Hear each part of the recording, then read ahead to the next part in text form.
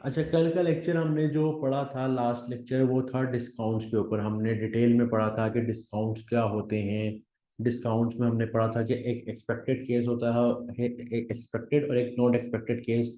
वो भी उस सूरत में जो सेटलमेंट डिस्काउंट था। दो किस्म के डिस्काउंट थे, एक तो ट्रेड डिस्काउंट था, दूसरा था सेटलमेंट डिस्काउंट। ट्रेड में हमने सीधा सीधा पढ़ा कि बल्क बल्क परचेजेस करोगे तो डिस्काउंट मिलेगा, वो ट्रेड डिस्काउंट है। लेकिन कैश के सेटलमेंट डिस्काउंट था कि आप जिसको आपने क्रेडिट दिया हुआ है, आप उसे कहो कि यार 30 दिन का क्रेडिट है, लेकिन आप 10 दिन में पे कर दो, आपको मजीद डिस्काउंट मिल जाएगा।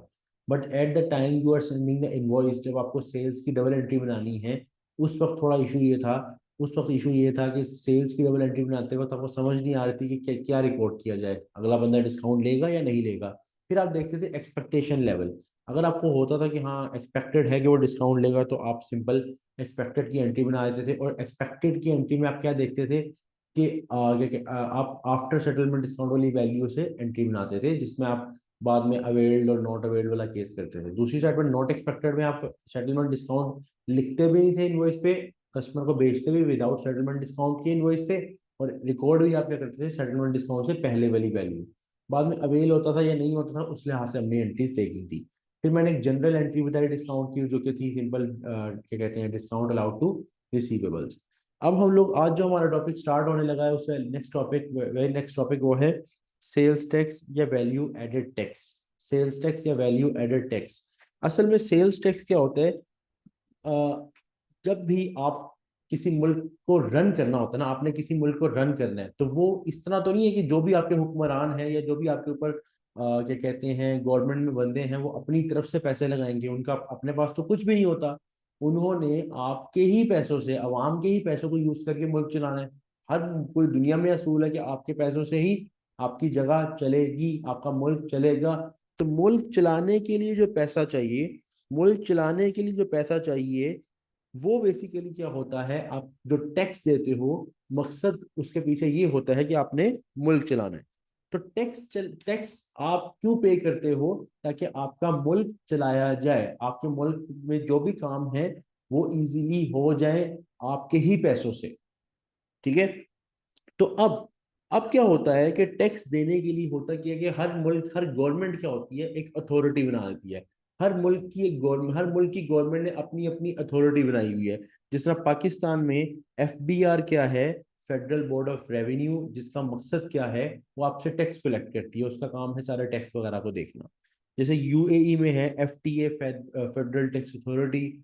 इसी तरह यूके में, जो हमारे लिए रेलिवेंट है क्योंकि हमारी स्टडीज यूके की हैं, हमारी जो टर्म यूज होगी हमारे बुक के अंदर, वो क्या है, वो क्या होगी, यूके की H M R C. H M R C क्या होता है? H M R C basically क्या है, एक यूके की टैक्स अथॉरिटी है। यूके की टैक्स अथॉरिटी है जो डील करती है यूके के सारे टैक्स इश्यूज, यूके के सारे टैक्स इश्यूज। अच्छा, अब अगर हम बात करें यूके के टैक्स इश्यूज पे, यूके के गवर्नमेंट के मुताबिक, तो एचएमआरसी, जो यूके के टैक्स अथॉरिटी को देख रही है, वो किस तरह टैक्स लेती है, क्या क्या टैक्स के असूल हैं, वो अब आज हमने यही पढ़ना है। बेसिकली सेल्स टैक्स के अंदर सारी ये चीजें पढ़नी है। ठीक है? तो वापस आते हैं इस पॉइंट पे, ये यूके की वाली बात से, कि होता यह है कि जो भी आपकी टैक्स अथॉरिटी है, जो कि यूके के मुताबिक क्या है, एचएमआरसी, वो कभी भी इस तरह नहीं कर सकती कि घर घर जाके बेल करे और बोले टैक्स दो। यानी एचएमआरसी का एक बंदा निकला और पूरे मुल्क के घर में बैठ जाके बेल बजा रहा है, या बंदे निकले और बैठ जाके बेल बजा रहे हैं कि सर हमें थोड़े पैसे दे दे, हमने मुल्क चलाना है। इस तरह तो कोई भी पैसा नहीं देगा, कोई भी पैसा नहीं देगा, बल्कि हम कहेंगे ये कौन से फकीर गरीब हमारे दरवाजे पे जो है ये बेल बजाई जा रहे हैं कि हमें टैक्स चाहिए, तो हम उसे उनको टैक्स नहीं दें। इस तरह तो टैक्स बड़ा एक अजीब सा सिस्टम हो जाएगा। तो इसके लिए क्या होता है, टैक्स अथॉरिटीज कॉन्टेक्ट करता है बिजनेस से। जो बिजनेस चल रहे होते हैं ना, बिजनेस, उनसे कॉन्टेक्ट करता है। बिजनेस को जाके कहता है, आपकी जो टैक्स अथॉरिटी होती है बिजनेसेस को जाके कहती है कि सर इस तरह करें, आप बिजनेस करें अपना, नो इशू, लेकिन आप हमारी बेस पे अवाम से पैसा इकट्ठा करें। एचएमआरसी जाके बिजनेसेस को बोलता है कि आप हमारी बेस पे आवाम से पैसा इकट्ठा करें। अब बिजनेस में भी ऐसा तो नहीं होता कि बिजनेसमैन अपने बंदों को घरों में बेचता और टैक्स लेके आता, नहीं। बल्कि ये होता है कि एचएमआरसी कहता है कि आप जो भी चीज बेच रहे हैं ना, आप जो भी चीज बेच रहे हैं, आप जो भी सेल करने लगे हैं, उस सेल्स के ऊपर उस सेल्स के ऊपर थोड़ा सा टैक्स लगा दें, थोड़ा सा टैक्स लगा दें हमारे मुताबिक। हम आपको बताएंगे कि कितने परसेंट टैक्स लगाना है। हम आपको बताएंगे, HMRC कहते हैं हम आपको बताएंगे। आपने अगर एक चीज 100 की बेचनी है, हम आपको बताएंगे कितने परसेंट इस पर टैक्स लगाना है। अगर 20% लगाना है, जिसमें यूके का एक नॉर्मल रेट 20% है, तो आप सिंपल 100 की चीज पे 20% टैक्स लगाइएगा, और वो चीज 100 की जगह 120 की बेच दें। आपके पास 120 आएंगे, आपको आपने तो 100 की बेचनी थी चीज, आप 120 ले लें उनसे। आप 120 ले लें, 100 की जगह आप 120 लें, 100 आप रखें, ऊपर वाला जो 20 आपने कमाया है वो आपका नहीं है, वो आप हमें दे दें। वो आप हमें टैक्स दे दें, वापस हमें दे दें, क्योंकि हमने आपको ये ड्यूटी दी थी कि आपने हमारी बेस पे टैक्स लेना है। इसीलिए जो चीज आपको पहुंचती है, उसके ऊपर जो टैक्स ऐड होता है, एक्चुअल में उस मुल्क के जो गवर्नमेंट है, वो बिजनेस को कहती है कि अपनी प्रोडक्ट पे लगाओ टैक्स, और वो टैक्स बाद में कलेक्ट करके हमें दे देना। यहाँ तक स्टोरी समझ आई है? जनरल नॉलेज था, यहाँ तक कैलकुलेशन या इस तरह का कुछ भी नहीं था। यहाँ तक सबको समझ आई है टैक्स की लॉजिक क्या है? टैक्स की लॉजिक यहाँ तक सबको क्लियर है? तो एक मतलब यस लिखो, ताकि हम आगे चलें।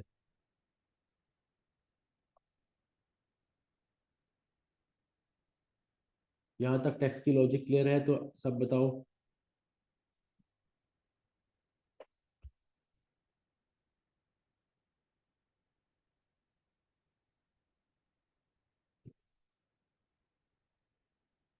गुड।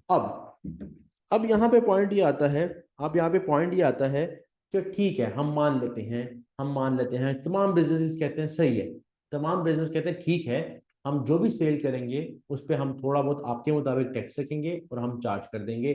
कस्टमर से हम पूरा पैसा लेंगे, उसमें से जितना टैक्स है वो हम आपको दे देंगे।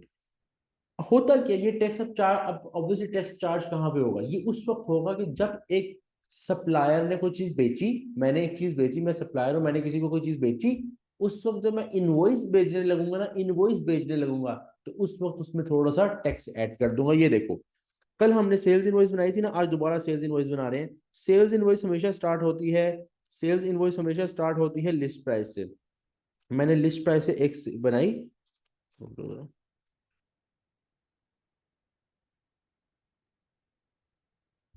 सेल्स इनवॉइस हमेशा स्टार्ट होती है लिस्ट प्राइस से।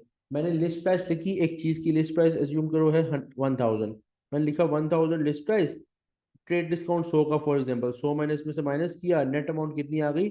900। 900। अब यहाँ पे मैं सेटलमेंट डिस्काउंट नहीं डील कर रहा, क्योंकि सेटलमेंट डिस्काउंट के साथ टैक्स की कैलकुलेशन का हमारे कोर्सेज में सवाल नहीं आएगा। इसीलिए सेटलमेंट डिस्काउंट का जहां सवाल होगा वहां टैक्स नहीं होगा, जहां टैक्स होगा वहां इनवॉइस में सेटलमेंट डिस्काउंट नहीं होगी। हो सकती है प्रैक्टिकली, लेकिन हमारे कोर्स में नहीं है। इसीलिए मैंने सिर्फ ट्रेड डिस्काउंट माइनस किया, सेटलमेंट डिस्काउंट को डील नहीं कर रहे हैं यहाँ पे। हाँ, नेट अमाउंट तुम्हारे पास आई 900। तुम्हारे मुताबिक तुम्हारी चीज 900 की है, तुम्हारे मुताबिक तुम्हारी चीज 900 की है। तुम लेके गए चीज, तुमने कस्टमर आया, तुमने कहा 900, तुमने कहा ये चीज है 900 रुपए की, फॉर एग्जाम्पल ये पानी की बोतल है, पानी की बोतल ये 900 रुपए की, मैंने 900 रुपये कस्टमर को देने लगा। ठीक है, जैसे ही मैं कस्टमर को देने लगा, गवर्नमेंट ने दूसरा मेरा हाथ पकड़ा, उसने कहा बेटा वापस कर अपना हाथ, तूने 900 की देनी ही नहीं है ये चीज। कितने की देनी है? उसने कहा यार इस पे ना 20%, चूंकि यूके में 20% टैक्स है, तो जो तुम्हारी नेट अमाउंट है ना उस पर 20% टैक्स चार्ज कर ले, 20% टैक्स चार्ज कर ले, पैसे कलेक्ट कर ले, तुम अपनी जेब में 900 डालना, लेकिन ऊपर 20% जो है तुमने कलेक्ट किया वो हमें दे देना। तो नेट अमाउंट के अंदर जो चीज ऐड होती है वो है सेल्स टैक्स। यूके के मुताबिक 20% है, इसलिए मैं 20% डील कर रहा हूँ। 20% बनेगा 180। 180 जब आप इसमें ऐड करोगे नेट अमाउंट में, जब आप सेल्स टैक्स ऐड करते हो, नेट अमाउंट में जब आप सेल्स टैक्स ऐड करते हो, तो वो अमाउंट कहलाती है ग्रोस अमाउंट। वो अमाउंट कहलाती है ग्रोस अमाउंट। तो ग्रोस अमाउंट तुम्हारी कितनी आ गई? 1080।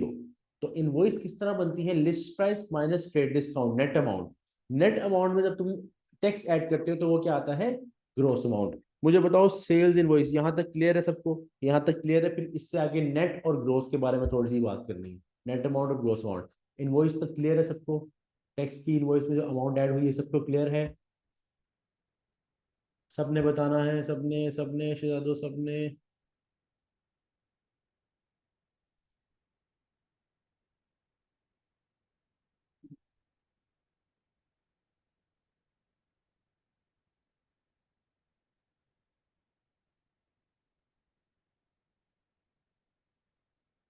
सही है। अब अब हमने यहाँ पे नेट अमाउंट में जब एक टैक्स ऐड किया तो ग्रोस अमाउंट आई। अब मैं तुमसे जनरल पूछता हूँ, अगर मैं तुमसे जनरल पूछूं कि भाई ग्रोस अमाउंट में टैक्स शामिल होता है, तो तुम कहोगे हाँ होता है। नेट अमाउंट में टैक्स शामिल होता है? नहीं होता। नेट अमाउंट में टैक्स शामिल नहीं होता, ग्रोस अमाउंट में टैक्स शामिल होता है। सिंपल बात है, नेट अमाउंट में टैक्स शामिल नहीं होता, ग्रोस अमाउंट में टैक्स शामिल होता है, ग्रोस अमाउंट में टैक्स शामिल होता है।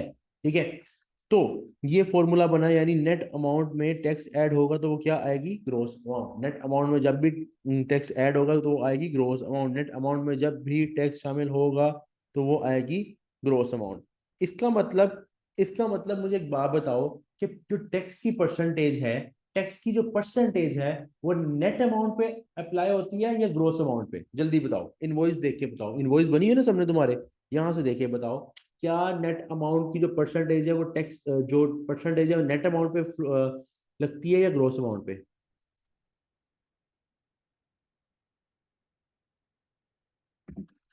मैंने ये नहीं बोला कि किसके अंदर होता है टैक्स, वो तो ग्रोस अमाउंट में टैक्स टैक्स के अंदर होता है। लेकिन परसेंटेज मैंने 20% किस पे लगाई थी? ग्रोस अमाउंट पे या नेट अमाउंट पे?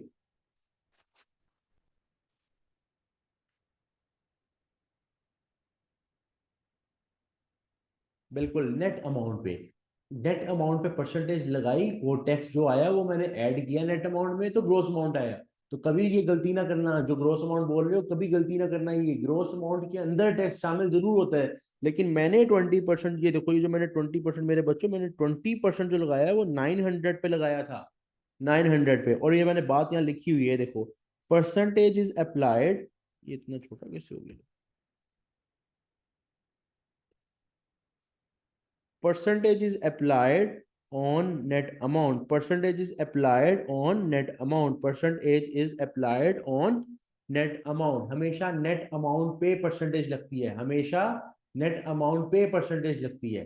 ठीक है, यानी देखो, अगर आपकी नेट अमाउंट है 1000, अगर आपकी नेट अमाउंट है 1000, टैक्स है 20%, नेट अमाउंट है 10,000, टैक्स है 20%, तो बताओ टैक्स कितना होगा? जरा निकालो टैक्स, आप लोगों ने निकालना है टैक्स, आप लोगों ने निकालना, जल्दी जल्दी करो जरा, जल्दी जल्दी जल्दी, एक्टिव हो जाओ, एक्टिव।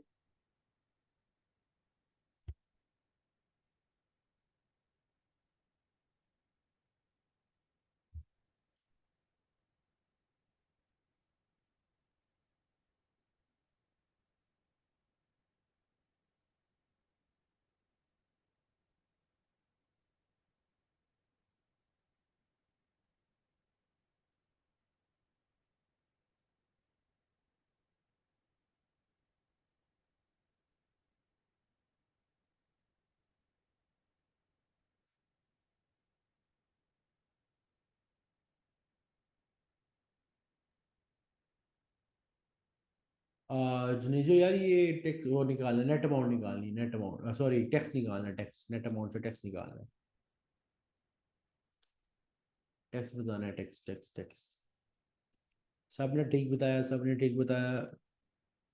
अच्छा तो देखो, नेट अमाउंट पे टैक्स चूंकि नेट अमाउंट पे लगता है, तो तुमने सिंपल क्या किया होगा? तुमने सिंपल ये किया होगा कि टैक्स निकालने के लिए तुमने नेट अमाउंट ली होगी और उसके साथ परसेंटेज मल्टीप्लाई कर दी होगी। नेट अमाउंट तुम्हारे पास 1000 है, नेट अमाउंट तुम्हारे पास 1000 है, उस पर तुमने 20% टैक्स अप्लाई किया होगा, तो तुम्हारे पास टैक्स आ गया होगा 200 का। सिंपल। क्योंकि क्योंकि टैक्स हमेशा अप्लाई होता है 200 नेट अमाउंट पे, टैक्स हमेशा अप्लाई होता है नेट अमाउंट पे। यानी नेट अमाउंट तुम्हारे पास थी 1000, उस पर फिर तुमने नेट अमाउंट पे परसेंटेज अप्लाई की, तुम्हारे पास आया 200।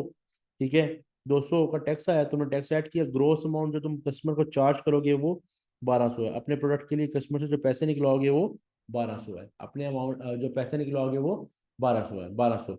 अब सुनो, अब यहां तक तो हमने पढ़ लिया नेट और ग्रोस, अब यहां तक तो हमने पढ़ लिया नेट और ग्रोस का पॉइंट के परसेंटेज अप्लाई होती है नेट अमाउंट पे, उसमें फिर ऐड करके हमारे पास ग्रोस अमाउंट आती है। लेकिन लेकिन अगर आपको सवाल में गिवन हो ग्रोस अमाउंट, आपको सवाल में गिवन हो ग्रोस अमाउंट जो कि 1500 है, और टैक्स 20% है, तो जरा टैक्स निकाल के बताना क्या आ रहा है? टैक्स आपके पास है 20%, जरा जल्दी करो, जल्दी जल्दी। ग्रोस अमाउंट है 1500, टैक्स है 20%, टैक्स है 20%, आपने बताना है कि टैक्स कितना है, क्या अमाउंट है टैक्स की, जरा जल्दी, फास्ट फास्ट।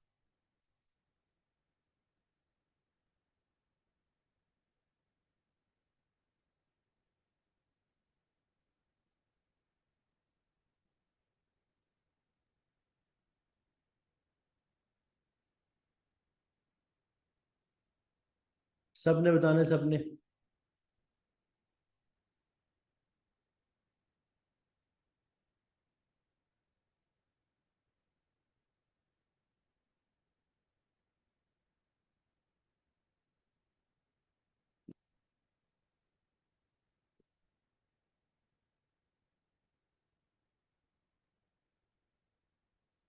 हाँ भाई, आंसर्स नहीं आ रहे। एक आंसर आया है लेकिन गलत आया है। दूसरा आंसर आया है, वो भी गलत आया है। जरा फोकस फोकस समझो ना, बात बात को समझो।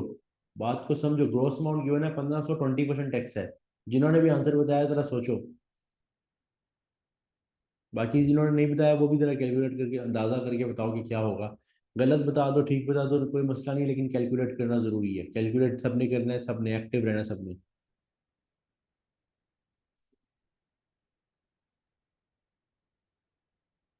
बिल्कुल बिल्कुल अरुषा, आपने ये बात बात बात ठीक बताई है। अच्छा, मैं अब आपको बताता हूँ। देखो, ग्रोस अमाउंट में तो ऑलरेडी टैक्स शामिल है, तो उस पर डायरेक्टली हम परसेंटेज नहीं लगा सकते। यानी पहले दो जो आंसर आए हैं उनमें उनमें आपने क्या किया, जो पहले दो आंसर जिन्होंने बोला 300 है, उन्होंने सिंपल ये किया कि 1500 पे तुमने किया होगा 20%, तो 20% 300 आ गया। ऐसा नहीं है, ऐसे नहीं कर सकते। क्यों? क्यों? रीजन ये है कि वो नेट अमाउंट थी जिसमें टैक्स शामिल नहीं था, तुम उस पर परसेंटेज लगा सकते थे। ग्रोस अमाउंट में तो ऑलरेडी टैक्स शामिल है, तो उस पर डायरेक्ट परसेंटेज नहीं लग सकती। यानी इनवॉइस पे आओ जरा। अगर तुम 900 पे अगर तुम 900 पे 20% लगाते हो ना, तो 180 आता है। अगर तुम 900 पे 20% लगाते हो, 180 आता है। लेकिन मैं तुम्हें कहूँ नेट अमाउंट हमारे सवाल में है ही नहीं। मैं तुम्हें बोलूँ नेट अमाउंट हमारे सवाल में है ही नहीं। 1080 ग्रोस अमाउंट है। जरा टैक्स निकालो, तो तुम 1080 का अगर 20% लोगे तो वो 180 नहीं आएगा, गलत हो जाएगा सवाल। यानी ग्रोस अमाउंट के ऊपर टैक्स, डायरेक्ट टैक्स लगा के, मतलब डायरेक्ट 20% लगा के आंसर नहीं आने वाला। क्योंकि वो रिवर्स कैलकुलेशन है, उसमें टैक्स पहले से शामिल है। तो फिलहाल अब यहाँ पे मैं 900 लिख रहने दे रहा हूँ। फिलहाल आप सुन लो कि पॉइंट क्या है। जब भी तुम्हें ग्रोस अमाउंट गिवन होगी ना, जब भी तुम्हें ग्रोस अमाउंट गिवन होगी ना सवाल में, तुमने पता है क्या करना है। तुम्हारे यहाँ पे टैक्स निकल सकते हैं तुमसे टैक्स, लेकिन डायरेक्ट वैसे फॉर्मूला नहीं लगेगा जिसका नेट अमाउंट पे लगता है। इस केस में अगर ग्रोस अमाउंट गिवन है तो टैक्स निकालने का फॉर्मूला ये होता है, ग्रोस अमाउंट मल्टीप्लाई जो भी रेट है 20% है ना, तो लिख दो 20 डिवाइडेड बाय 120। डिवाइडेड बाय 100 नहीं करना, क्योंकि 20% जो है वो होता है 20/100। अगर यहाँ रेट होगा ना 30, अगर फॉर एग्जाम्पल यहाँ रेट होता है ना 30, तो तुम लिखते हैं 30 डिवाइडेड बाय 130, यानी 100 में वो रेट ऐड कर देना डिनोमिनेटर में। 100 में वो रेट ऐड कर देना डिनोमिनेटर में। ठीक है। अगर रेट होगा 40, तो 40 डिवाइडेड बाय 140। अभी ग्रोस अमाउंट है, अभी ग्रोस अमाउंट है तो 20 डिवाइडेड बाय 120। मैं बताता हूँ, वाला आपको बताता हूँ कि आपका आंसर ठीक है, पहले मैं कैलकुलेट कर लूँ खुद से। अब ग्रोस अमाउंट हमारे पास कितनी है, 1500। इसको मल्टीप्लाई 20 करो, डिवाइडेड बाय 120 करो, तो मेरा ख्याल है 250 ही आएगा। 250 आपका यहाँ पे टैक्स बन रहा है। आपका आंसर ठीक है, जिसने भी 250 बताया। हाँ, बाकी जो जिन्होंने जिन्होंने नहीं बताया, वो समझ लो इस बात को कि अगर ग्रोस अमाउंट गिवन होगी तो डायरेक्ट 20% या 20/100 ना करना, गलत हो जाएगा। 20 डिवाइडेड बाय 100 प्लस जो भी रेट है, 20 था ऊपर तो नीचे 20 ऐड कर दो, 30 ऊपर तो नीचे 30 ऐड कर दो। यहाँ तक क्लियर हुआ? क्लियर हुआ? जिन्होंने गलत बताया उनको क्लियर हुई बात ये वाली, कि अगर ग्रोस अमाउंट गिवन होगी तो टैक्स कैसे कैलकुलेट करना है। अच्छा, अब मेरे से कोई पूछे नेट अमाउंट, इसी सवाल में नेट अमाउंट कितनी आएगी, तो मैं सिंपल बता दूंगा। नेट अमाउंट में मुझे पता है टैक्स ऐड करूं तो ग्रोस अमाउंट आती है। ग्रोस अमाउंट मेरे पास पहले से थी, कितनी, 1500। टैक्स मैंने अभी भी कैलकुलेट किया 250। तो नेट अमाउंट मेरे पास क्या है, 1250। 1250। ठीक है। अब जरा मैं तुम्हें ये प्रूफ करता हूँ कि मैंने सवाल ठीक किया किस तरह। ये जो टैक्स, मुझे सिंपल बताओ जरा, टैक्स की जो परसेंटेज होती है वो किस पे अप्लाई होती है, नेट अमाउंट पे अप्लाई होती है या ग्रोस अमाउंट पे? टैक्स की परसेंटेज किस पे अप्लाई होती है, नेट अमाउंट पे या ग्रोस अमाउंट पे? जरा जल्दी बताओ। नेट पे या ग्रोस पे?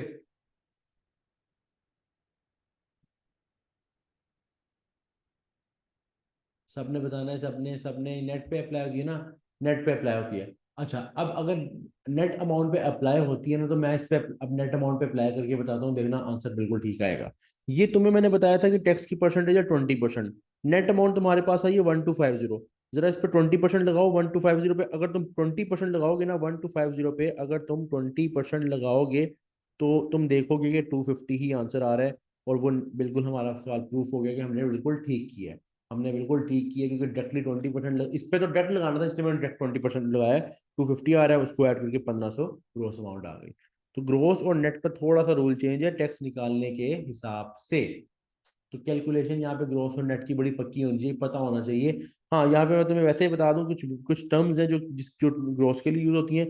अगर वो कहीं इस तरह लिखे ना, फॉर एग्जाम्पल वो लिखे $50,000 एक्सक्लूसिव ऑफ सेल्स टैक्स, तो एक्सक्लूसिव का मतलब ये है कि इसमें सेल्स टैक्स शामिल नहीं है। तो ये वो बात कर रहा है नेट अमाउंट की।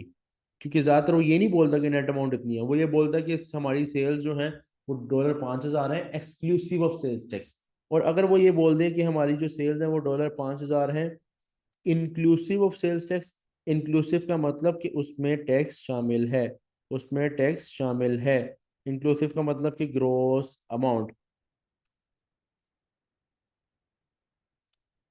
और यहाँ पे एक और बात, अगर एक्सक्लूसिव ऑफ सेल्स टैक्स है, इसके लिए एक और वर्ड भी यूज कर सकते हैं कि net of sales tax. Net of sales tax, इसका भी मतलब यही है कि वो नेट अमाउंट की बात कर रहा है। इसका भी मतलब ये है कि वो नेट अमाउंट की बात कर रहा है। या एक और बात भी होती है, कभी कभार वो इस तरह लिख सकता है कि $5,000, the sales for business a was, या बिजनेस की बात करें तो business has a sale of $5,000 plus sales tax, इस तरह भी लिखा होता है कभी कभार। तो अगर प्लस सेल्स टैक्स है तो फिर इसका मतलब ये जो पिछली वैल्यू ये नेट अमाउंट है, कि अभी इसमें टैक्स शामिल होना है। जिस तरह तुम लोग कहीं रेस्टोरेंट में जाते हो या कहीं जाते हो तो वो लिखा होता है कि इतने रुपए की चीज है प्लस सेल्स टैक्स। तो इसका मतलब अभी इसमें सेल्स टैक्स शामिल होना है, अभी इसमें सेल्स टैक्स शामिल होना है, कैलकुलेट होके होना है, वो नेट अमाउंट है। ये सारी की सारी टर्मिनोलॉजीज क्लियर हो गई हैं, ये सारी टर्म्स क्लियर हो गई हैं जो कि सवाल में आ सकती हैं, इंपॉर्टेंट टर्म्स जो कि सवाल में आ सकती हैं। सारी की सारी टर्म्स आपको क्लियर हो गई है कि सवाल में किस तरह वो पूछ सकता है, कौन कौन से वर्ड यूज कर सकता है।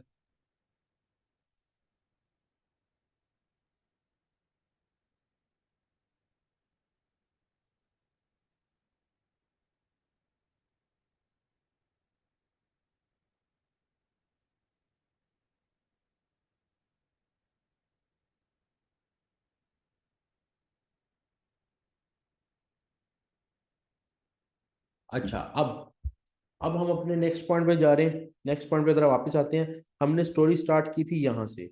हमने स्टोरी स्टार्ट की थी कि हाँ, टैक्स की जो अथॉरिटीज हैं वो बिजनेस को जाके कहती हैं कि तुम जो सेल कर रहे हो ना जी चीज, तुम जो सेल कर रहे हो ना चीज, उस पे जो भी सेल होगी उस पे इतने परसेंट टैक्स लगाना, और हमें हमें टैक्स दे देना, हमें टैक्स दे देना। हमने बड़ी खुशी से कहा ठीक है।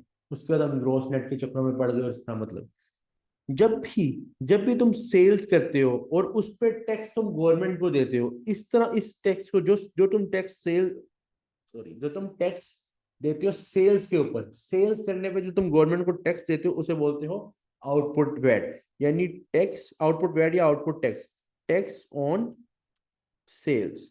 आउटपुट वैट क्या होता है? Tax on sales. Output VAT क्या होता है? Tax on sales. Output VAT होता है टैक्स ऑन सेल्स।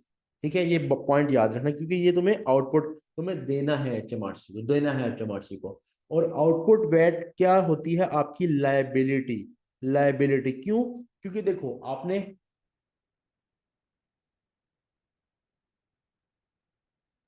अच्छा, जुनेजो ने सवाल पूछा कि सेल्स टैक्स जो लगता है वो सारा गवर्नमेंट को देना होता है। जैसे रेस्टोरेंट पे जो टैक्स लगता है बिल्कुल वो सारा का सारा गवर्नमेंट को देना होता है, वो सारा का सारा गवर्नमेंट को देना होता है। लेकिन पाकिस्तान में या किसी कंट्री में अगर कोई फॉर एग्जांपल बंदा टैक्स आपसे चार्ज कर रहा है और वो गवर्नमेंट को नहीं दे रहा, तो वो गवर्नमेंट और उसका मामला है कि आपसे वो टैक्स ले रहा है, लेकिन वो टैक्स पे हक गवर्नमेंट का है। अगर आपने 10,000 रुपये का खाना खाया, उस पर 2,000 रुपये टैक्स पे किया, तो वो रेस्टोरेंट्स बोले वो 2,000 आगे पे करेंगे, उनका फर्ज है उन्होंने पे करना है। ठीक है। अच्छा, और जो भी आप सेल करते हो अच्छा, यहाँ पे तुम लोगों को एक क्वेश्चन, ये अभी अभी उस पॉइंट पे आने लगे हैं, अगर किसी के ज़हन में ये पॉइंट आ रहा है कि जो टैक्स हम पे करते हैं वो वापस भी मिल जाता है, वो सारा भी इस बात को भी छोड़ दो। अभी हम एक पॉइंट यहाँ पे प्रॉपरली पहले पक्का करते हैं, उस पॉइंट पे भी हम आएंगे अगर किसी के ज़हन में ये पॉइंट आ रहा है। अभी फिलहाल हमने ये बात की है कि अगर हमने कोई सेल की है और उस पर टैक्स पे किया है, टैक्स पे करना है, उस पर टैक्स पे करना है, तो जब तक तुम टैक्स नहीं पे करोगे, तुमने कस्टमर से तो पैसा इकट्ठा कर लिया, लेकिन एचएमआरसी तुमसे रोज रोज आके थोड़ी पैसा लेगा। तुम सेल डेली बेसिस पे कर रहे हो, डेली बेसिस पे अगले बंदों से आउटपुट वैट करवा रहे हो, आउटपुट वैट तुम लोग अरेंज कर रहे हो, लेकिन डेली बेसिस पे एचएमआरसी नहीं आएगा। एचएमआरसी ने साल बाद आना है, या नॉर्मली 3 महीने बाद आपको टैक्स देना होता है, सेल्स टैक्स वैट जो है ना 3 महीने बाद देना होता है। तो एचएमआरसी ने क्वार्टरली बेसिस पे 3 3 महीने के बाद आना है। जब एचएमआरसी आपके पास आएगा तो आपने तब जाके उसको टोटल टैक्स देना है। तो तब तक के लिए आप अपनी आउटपुट वैट को लाइबिलिटी बना के रखते हो, लाइबिलिटी टुवर्ड्स एचएमआरसी, या मैं पूरा लिख देता हूँ, लाइबिलिटी टुवर्ड्स एचएमआरसी। ये लाइबिलिटी है, जब तक पे नहीं करोगे तब तक आप लाइबिलिटी में लिखोगे। यहां तक कोई क्वेश्चन है तो पूछ लो। अभी तक जितना लेक्चर हुआ है यहाँ तक कोई क्वेश्चन है तो पूछ लो, इससे आगे फिर हम जाने लगे हैं, इससे अगले पॉइंट पे जाने लगे हैं हम लोग।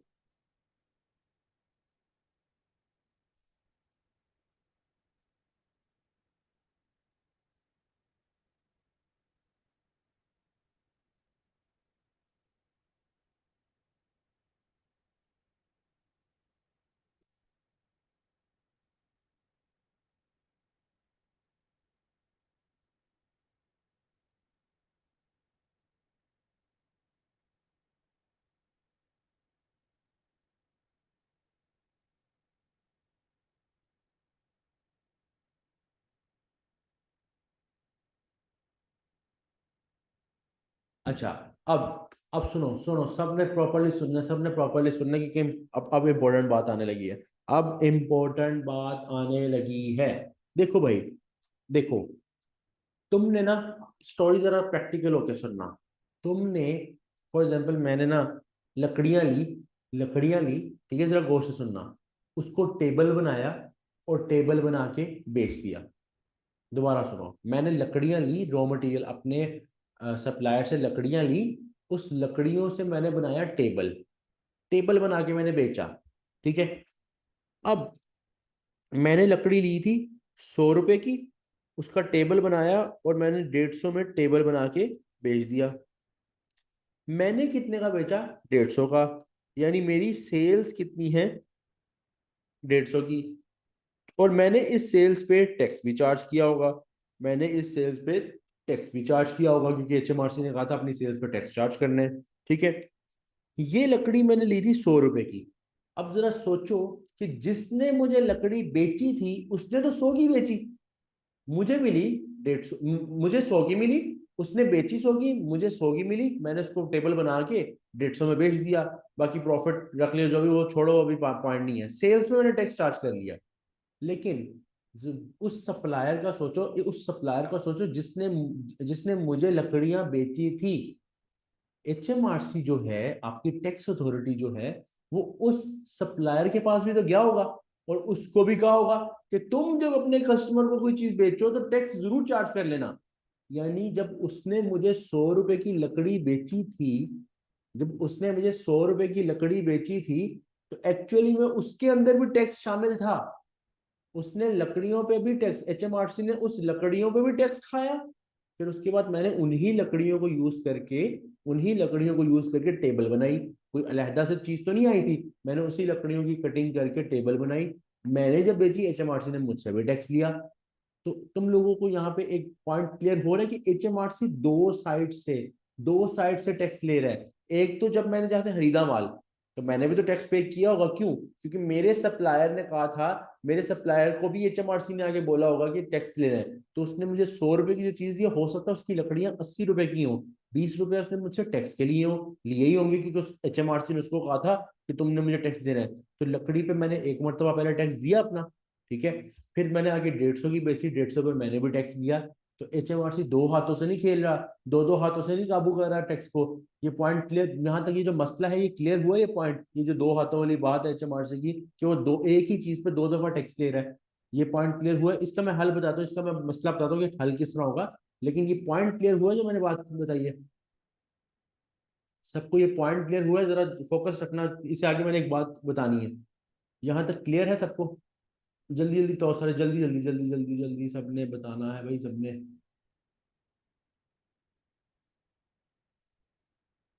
अच्छा, अब लकड़ियां आई, मैंने पहले टैक्स दिया, फिर मैं जब बेचने लगा फिर मैंने कस्टमर से टैक्स लिया। एक तो मैंने टैक्स दिया सप्लायर को, दिया तो मैंने था ना, मेरी जेब से गया, वो टैक्स चला गया। फिर मैंने कस्टमर से कलेक्ट किया, वो भी दिया। मैं HMRC के पास गया, मैंने कहा मनुष्य तुम लोगों को शर्म नहीं आती कि भाई तुम पहले लकड़ियां खरीदी, उस पर टैक्स दिया, फिर उसी टेबल पे लकड़ियों से ही टेबल बनी, तुमने फिर टैक्स ले लिया। HMRC ने कहा बेटा देखो, रुको रुको, कोई चीज जो है ना हम अकल के बगैर नहीं करते। HMRC ने कहा थोड़ा सब्र करो, थोड़ा सब्र करो। हम मानते हैं, हम मानते हैं कि हमने 2 दफा टैक्स लिया, लेकिन यहाँ हम तुम्हें थोड़ी सी रिलैक्सेशन देंगे। वो रिलैक्सेशन क्या है सुन लो। HMRC कहता है कि तुमने कितने की लकड़ियां बेची हैं, सॉरी तुमने कितने की टेबल बेची। हमने कहा हमने तो 150 की टेबल बेची। हमारे लिए सेल्स क्या थी? 150। उस पर हम टैक्स वगैरह चार्ज किया। फॉर एग्जाम्पल टैक्स इसके अंदर इंक्लूडेड है, ये इंक्लूसिव वैल्यू है, इसके अंदर हमने टैक्स भी चार्ज किया कस्टमर से। यानी मैं भी 120 की टेबल बेच रही थी, 30 का टैक्स कर लो, तो टैक्स वगैरह चार्ज किया, और आपको ये 30 रुपए का टैक्स देने आ रहे हैं। तो HMRC कहता है अच्छा तुमने जब लकड़ियां खरीदी थी, यानी ये जो तुमने 100 की परचेज की थी, जब तुमने 100 की लकड़ियां खरीदी थी तब तुमने टैक्स दिया था। हमने कहा हाँ, उस वक्त आपने 20 रुपए का टैक्स लिया था। मतलब उस वक्त हमने लकड़ियां तो वैसे 80 रुपए की थी, लेकिन 20 रुपए ऊपर टैक्स था, हमने तो आपको टैक्स दिया था। HMRC ने कहा चलो सुनो अब, सुनो अब हमारा फैसला है। HMRC ने एक फैसला किया। HMRC ने कहा ठीक है, आज के बाद से जितनी भी सेल्स तुम करोगे, जितनी भी सेल्स तुम करोगे उस पे सारा का सारा टैक्स तुमने हमें देना है। जितना भी टैक्स सेल्स पे बन रहा है तुम्हें टैक्स देना है। यानी यहाँ पे कितने का टैक्स बन रहा है, ज्यूम करो यहाँ पे 150 की चीज पे 30 रुपए का टैक्स बन रहा है, ये तुमने देना ही देना है हमें। हमने कहा ठीक है, ये तो हम पहले भी दे रहे थे, तो इसमें हमारी रिलैक्सेशन क्या है? HMRC कहता है लेकिन जो तुमने परचेज करते हुए ये 20 रुपए का टैक्स दिया है ना, 100 रुपए की चीज के अंदर 20 रुपए का टैक्स दिया है ना, वो तुमको HMRC वापस कर देगा। वो तुमको HMRC वापस कर देगा, यानी रिफंड कर देगा। यानी रिफंड कर देगा मतलब ये पैसा तुम्हें 20 रुपया वापस मिल जाएगा, क्योंकि तुमने तो टेबल के ऊपर टैक्स हमें सेल करके दिया है, लेकिन तुमने इन्हीं लकड़ियों के ऊपर जो टैक्स दिया था तुम दे दो, अभी अभी दे दो, अपने सप्लायर को दे दो, क्योंकि हमारा मसला ये है, मैंने उस सप्लायर को भी बोला हुआ टैक्स लेना है। अभी तुम टैक्स दे दो, लेकिन कल को ये टैक्स तुमको वापस मिल जाएगा जो तुमने परचेज करते हुए टैक्स पे किया था। हमने कितना टैक्स पे किया था? 20 रुपए का टैक्स पे किया था। तो HMRC ने कहा हम तुम्हें 20 रुपए, 20 रुपए रिफंड कर देंगे, रिफंड कर देंगे। यहां तक सबको पॉइंट क्लियर हुआ? यहां तक सबको पॉइंट क्लियर हुआ? जल्दी जल्दी बताओ, जल्दी बताओ, जल्दी सबने बताना, सबने। रिफंड वाला केस समझ आया? रिफंड वाला केस सबको समझ आया सबने? अरुषा आपने पहले भी नहीं बताया, अभी बताओ समझ आया?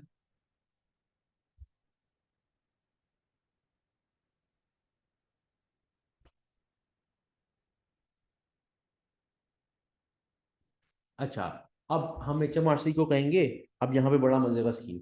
HMRC को हमने देने 30 रुपए, HMRC ने हमारे देने 20 रुपए। हम HMRC के पास पहलवान बन के गए, हमने कहा बेटा बेटा पहले 20 रुपए निकाल, फिर हम तेरे 30 देंगे। पहले 20 निकाल, फिर हम तेरे 30 देंगे। HMRC कहेगा दिमाग खराब हो गया, कैंसिल आउट कर ले, फिर जो नेट ऑफ होके बचता है वो अगले बंदे को दे देगा। तुमने मेरे 20 रुपए देने हैं, जरा सोचो, तुमने मेरे 20 रुपए देने हैं, मैंने तुम्हारे 30 रुपए देने हैं। ये तो नहीं होगा हम एक दूसरे को चुपेड़े मारे, पहले मेरे 20 दे फिर मैं तेरे 30 दूं। ऐसे तो नहीं होगा। हम 20 और 20 कैंसिल कर लेंगे, और 10 रुपए जिसने ज्यादा देने हैं वो 10 रुपए दे देगा। तो हम इसके साथ हम क्या करेंगे, नेट ऑफ कर लेंगे। नेट ऑफ करके देखेंगे कि क्या बाकी क्या बचता है, 10 रुपए।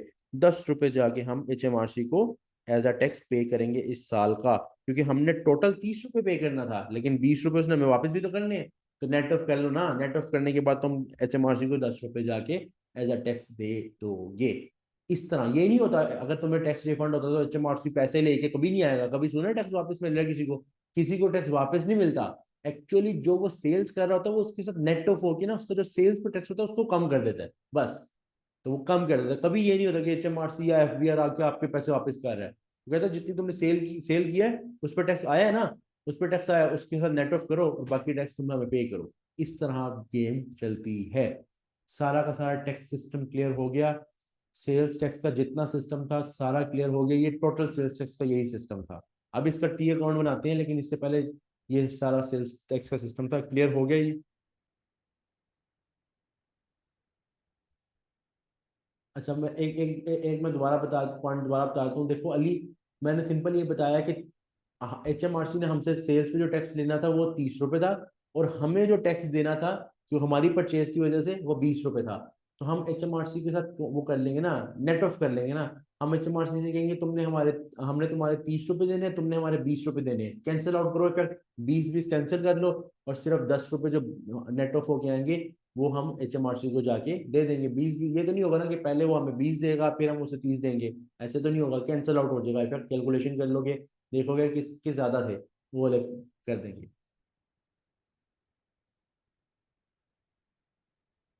हाँ, हम कलेक्ट 30 करेंगे, लेकिन 10 रुपए देंगे HMRC को। क्यों? क्योंकि HMRC ने हमें 20 रुपए देने थे ना, वो हम कहेंगे ये वो अपने पास ही रखो, वो हमें वापस ना करो। हम जो तुम्हें 30 दे रहे हैं उसमें से हम 20 काट लेते हैं। सिंपल।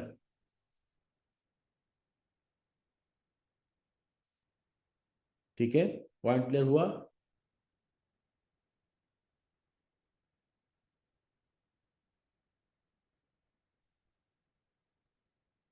सही हो गया।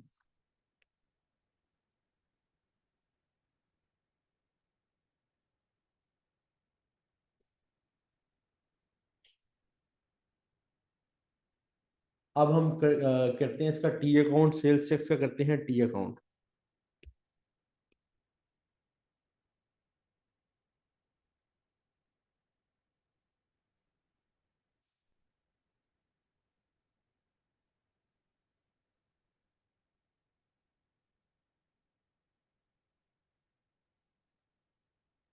हम करने लगे हैं सेल्स टैक्स का टी अकाउंट, सेल्स टैक्स का करने लगे हैं टी अकाउंट।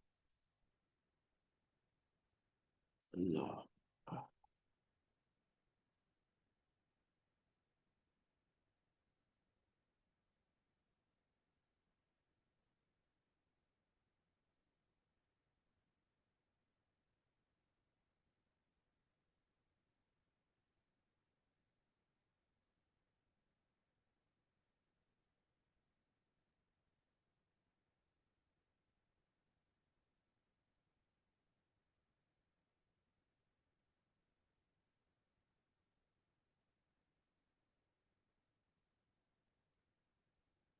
अच्छा, अब सेल्स टैक्स का टी अकाउंट करने जा रहे हैं हम। देखो इसमें क्या सीन है। सेल्स टैक्स का टी अकाउंट क्यों बनता है? इसलिए क्योंकि होता ये है कि HMRC को कभी कभार हमने पैसे देने हैं, कभी कभार HMRC ने हमारे पैसे देने हैं। तो प्रॉपर एक हिसाब किताब टी अकाउंट के थ्रू होता है। लेकिन सबसे पहले इसके ओपनिंग बैलेंस पे बात करते हैं, ओपनिंग बैलेंस पे बात करते हैं। देखो, जो टैक्स का टी अकाउंट है ना, इसका ओपनिंग बैलेंस आता है, टैक्स का जो टी अकाउंट है इसके ओपनिंग बैलेंस दो साइड्स पे हो सकते हैं, यानी ये नहीं कि दोनों ही लिखे जाएंगे, लेकिन केस है। और ओपनिंग बैलेंस का मतलब ये है कि जो पिछले साल का क्लोजिंग था वो इस साल का ओपनिंग है। दो केस हो सकते हैं, या तो पिछले साल के एंड पे, या तो पिछले साल के एंड पे जो है क्लोजिंग बैलेंस, उसमें ये हो सकता है कि हमने HMRC के पैसे देने हैं। अगर हमने HMRC के पैसे देने ना, आउटपुट वैट है। अगर हमने पिछले साल के एंड पे, लास्ट ईयर के एंड पे, लास्ट ईयर के एंड पे हमने HMRC के कोई पैसे देने थे, तो हमारा लास्ट ईयर के एंड पे होगा क्रेडिट बैलेंस। क्यों? क्योंकि आउटपुट वैट क्या है, लायबिलिटी है, और लायबिलिटी की नेचर क्या होती है, क्रेडिट। लेकिन अगर पिछले साल के एंड पे जो हमारा HMRC के साथ जो भी एक वो नेट ऑफ करके कैलकुलेशन हुई थी, उसके मुताबिक हमने HMRC से पैसे लेने हैं। जब हमने HMRC से पैसे लेने होते हैं तो हम उसको बोलते हैं इनपुट वैट। Input VAT. जब हमने HMRC को पैसे देने होते हैं वो आउटपुट वैट होता है। और जब इनपुट वैट, अगर पिछले साल के एंड पे हमारा रिसीवेबल बन रहा था HMRC से, पेएबल नहीं बन रहा था, लायबिलिटी नहीं बन रही थी, बल्कि उल्टा केस हो गया था कि हमारी परचेजेस ज्यादा थी, तो परचेज पर टैक्स तो ज्यादा होता है, तो वो टैक्स की वजह से एच एम आर सी ने हमारे पैसे देने थे। तो लास्ट ईयर के एंड पे जो इनपुट वैट है वो, चूंकि इनपुट वैट रिसीवेबल है और रिसीवेबल एसेट है, उसकी नेचर क्या होती है, डेबिट नेचर। तो हमारा तो पिछले साल का एंड का बैलेंस डेबिट बैलेंस होगा। अगर इनपुट वैट होता है पिछले साल। अब पिछले साल का जो क्लोजिंग होता है वो इस साल का ओपनिंग होता है। तो अगर तो हमारा पिछले साल के एंड पे आउटपुट वैट था, यानी हमने पे करना है, लाइबिलिटी है, तो इस साल पे ओपनिंग बैलेंस में ब्रॉड डाउन में वो हम लिखेंगे ओपनिंग बैलेंस आउटपुट वैट का क्रेडिट साइड पे, क्योंकि क्रेडिट नेचर आउटपुट वैट की क्रेडिट नेचर होती है, तो आउटपुट साइड पे लिखेंगे। मतलब अगर कभी सवाल में कहा होगा कि साल के स्टार्ट पे थोड़ा बहुत आउटपुट वैट था, अगर दोनों ने टैक्स नहीं देना, देन टैक्स नहीं देना, क्यों नहीं देना टैक्स, किस वजह से नहीं देना, या सेम टैक्स है इस वजह से, या टैक्स देना नहीं। हाँ जुनेजो साहब, अगर दोनों के इक्वल हो, जुनेजो ने सवाल पूछा कि अगर दोनों ने टैक्स ही नहीं देना, यानी दोनों के इक्वल टैक्स आ गए हैं, तो भाई चुप करके बैठ जाएंगे सुकून से, फिर कुछ भी नहीं करेंगे। फिर क्या करना है, सिर्फ डॉक्यूमेंट्स में लिख लेंगे कि हमने आपके इतने पैसे देने थे, उतने ही आपने हमारे पैसे देने हैं, चलो भाई जीरो सीन है। चुप करके बैठ जाना, सुकून करना जिंदगी में। ठीक है, और क्या करोगे। ऐसे तो नहीं, जबरदस्ती तो नहीं हो सकता ना कि पैसे लेने ही है, जब इक्वल आ गया तो जीरो हो गया, फिर नेट ऑफ हो गया। यानी मैंने तुमसे 10 रुपए लेने हैं और तुमने मुझसे 10 रुपए लेने हैं, मैंने तुमसे 10 रुपए लेने हैं, तुमने मुझसे 10 रुपए लेने हैं, और हम दोनों लड़ रहे हैं यार, पहले तुम हमारे 10 दो फिर हम तुम्हारे, ऐसे तो नहीं होगा ना। 10-10 कैंसिल हो जाएंगे। जिस तरह दोस्तों में होता है, यार तूने ट्रीट देनी है, मैंने ट्रीट देनी है, ट्रीट ट्रीट कैंसिल हो गई, करते तो नहीं है वैसे, लेकिन चलो ट्रीट ट्रीट और ट्रीट कैंसिल हो गई, तो ये हिसाब किताब है इसका टैक्स का भी। ठीक है। अच्छा सुनो, तो अब पॉइंट ये है कि पिछले साल के एंड पे अगर आउटपुट वैट है, यानी लाइबिलिटी टुवर्ड्स एचएमआरसी थी, तो इस साल के स्टार्ट पे भी फिर वो क्रेडिट बैलेंस में कैरी फॉरवर्ड होगा। लेकिन अगर पिछले साल के एंड पे इनपुट वैट था, तो हम ब्रॉड डाउन में क्या लिखेंगे, ओपनिंग बैलेंस में इनपुट वैट, और डेबिट साइड पे इसलिए क्योंकि इनपुट वैट आपका क्या है, रिसीवेबल है। लेकिन सवाल के अंदर दोनों में से एक ओपनिंग हो सकता है, दो ओपनिंग इकट्ठे नहीं हो सकते, क्योंकि एक ही केस हो सकता है, या तो पैसे देने होंगे या पैसे लेने होंगे। अगर तो साल के स्टार्ट पे या पिछले साल के एंड या इस साल के स्टार्ट, बात तो एक ही है ना, ओपनिंग क्लोजिंग, पिछले साल का क्लोजिंग इस साल का ओपनिंग। तो अगर आपने पैसे देने हैं तो क्रेडिट साइड पे लिख देना कि इतना आउटपुट वैट है, और अगर अगले ने पैसे देने हैं, यानी एचएमआरसी ने आपके पैसे देने हैं, तो डेबिट साइड पे लिख देना इनपुट वैट। ये जो मैंने ओपनिंग बैलेंस लिखा है, यहाँ तक समझ आइए, यहाँ तक समझ आइए, फिर हम आगे चलते हैं। सबको यहाँ तक समझ आइए।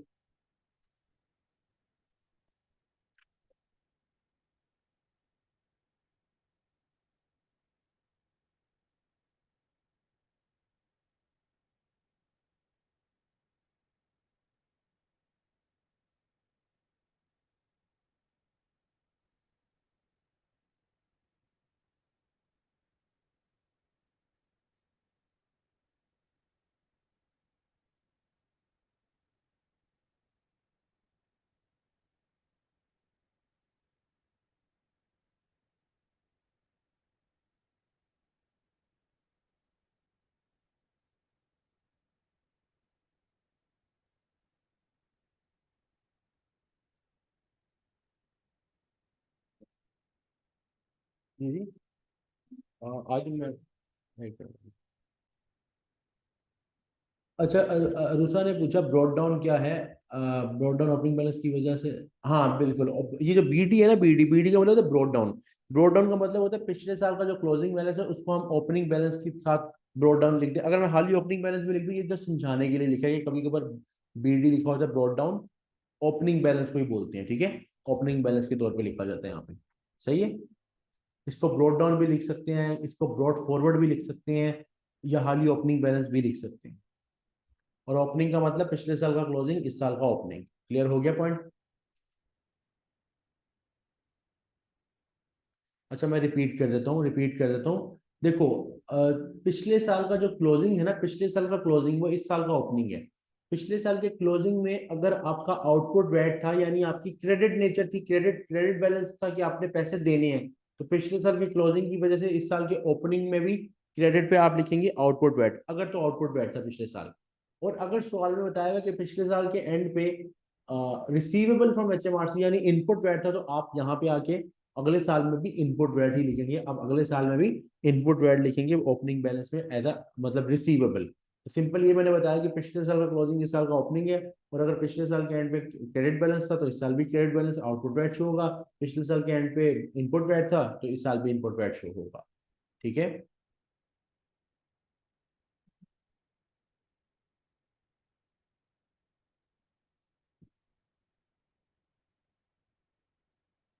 अच्छा, अब और इसके बाद अब टी अकाउंट्स में क्या होता है, अब इस साल के दौरान, ये तो मैंने लिखा ओपनिंग बैलेंस, अब साल स्टार्ट हो गया, अब इस साल के दौरान जितनी भी सेल्स हैं, अब तुम लोगों से मैंने पूछूंगा साथ साथ, जितनी भी सेल्स हैं उसके ऊपर जो टैक्स है, जितनी भी सेल्स है उसके ऊपर जो टैक्स है, वो पेएबल टू एचएमआरसी है या रिसीवेबल फ्रॉम एचएमआरसी? सेल्स के ऊपर, सेल्स जो तुमने किए हैं वो टैक्स पेएबल टू एचएमआरसी है या रिसीवेबल फ्रॉम एचएमआरसी है? जल्दी जल्दी बताओ।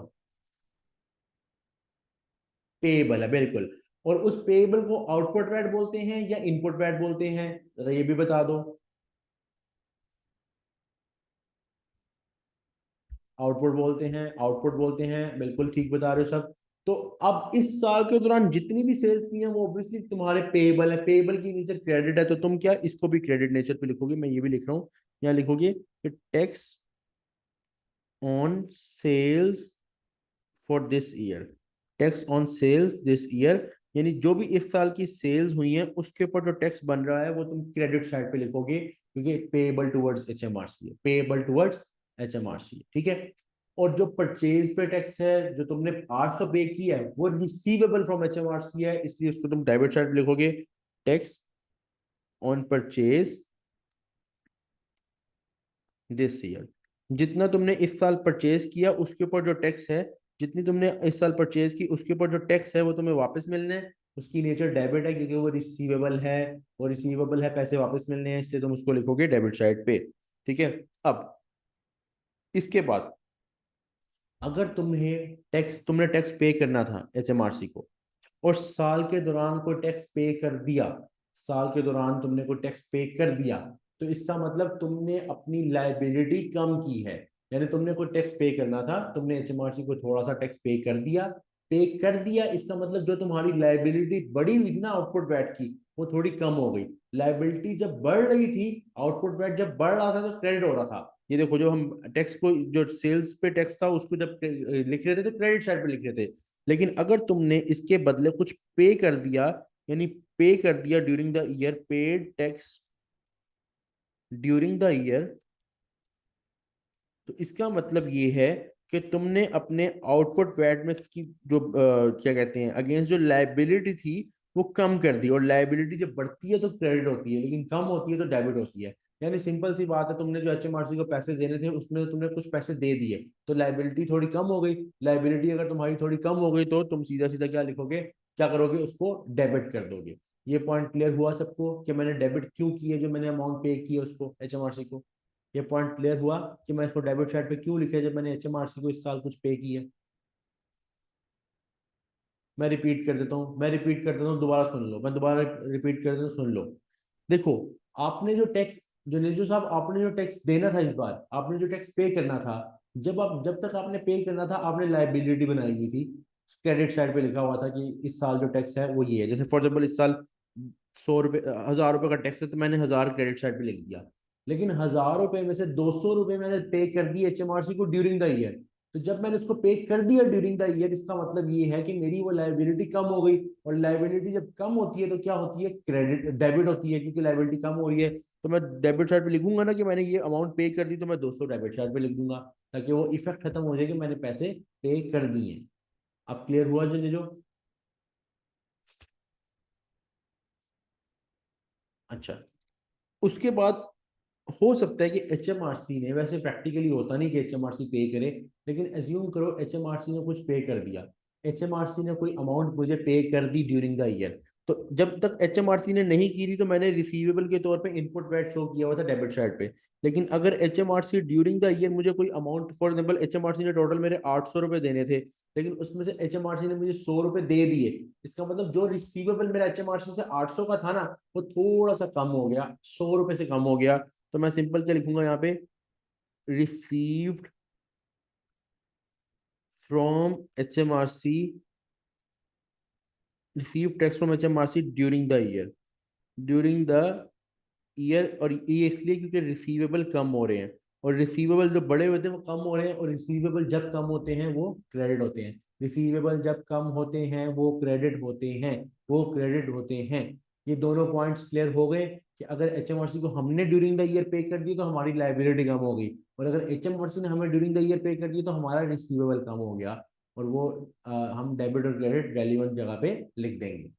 यहाँ तक कोई क्वेश्चन है किसी को? यहाँ तक कोई कोई चीज इशू है तो पूछ लो, अगर क्लियर है तो एक मरतबा बता दो, एक मरतबा बता दो फिर इसको क्लोज करें।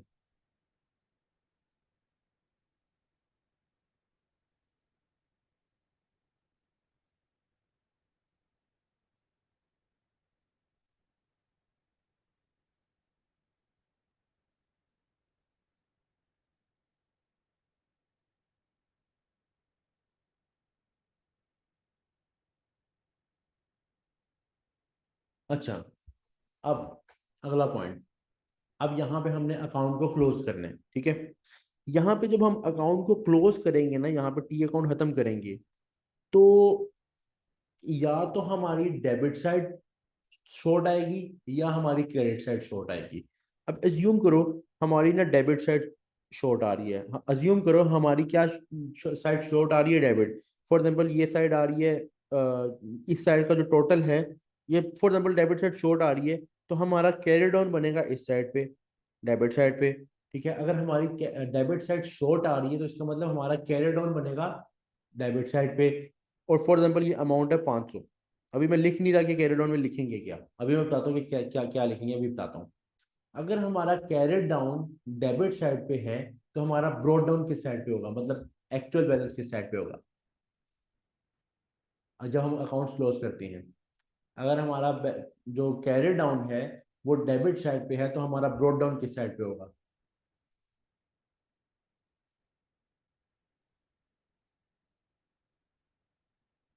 क्रेडिट साइड पे, दूसरी साइड पे, इस साइड पे होगा।